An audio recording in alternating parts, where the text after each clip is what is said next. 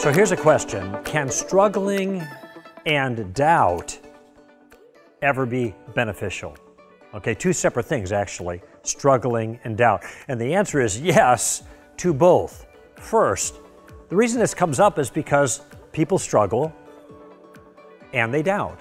That is, people who are Christians engage in things in life that are hard, and sometimes the hardness that they have to face causes them to doubt. Okay, totally understandable.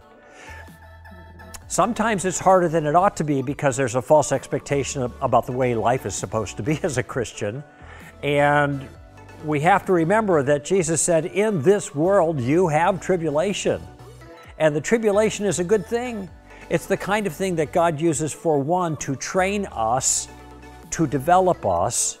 It says in 1 Peter chapter 2 that as Jesus suffered in the flesh, arm yourselves for the same purpose.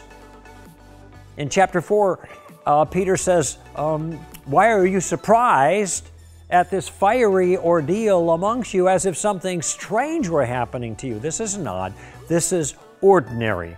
Hebrews, I think maybe chapter 1 or 2, says that Jesus learned obedience through the things which he suffered. So the idea of struggling as a Christian, as somebody who is behind the enemy lines, who is a stranger in a strange world, is standard for Christianity. And it is that struggle that God uses to conform us to the image of his Son. That's just the way God raises children.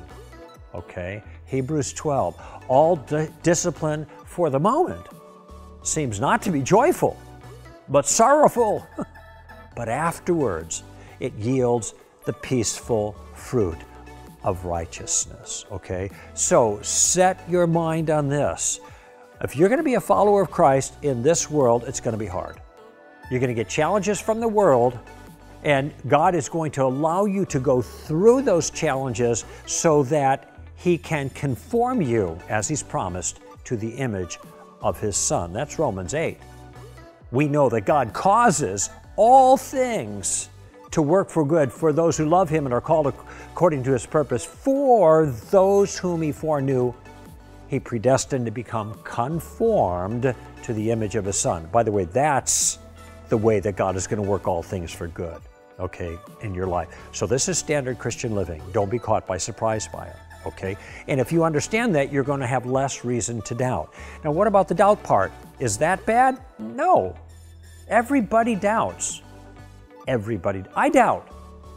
I have questions that come up in my own mind, and there are times when I wonder, gee, am I going down the right path here, or am I just wishing on a star? Now, I'll tell you, as time has gone on, I have fewer and fewer doubts, but it's still a standard part of Christianity. Can that be beneficial? Of course.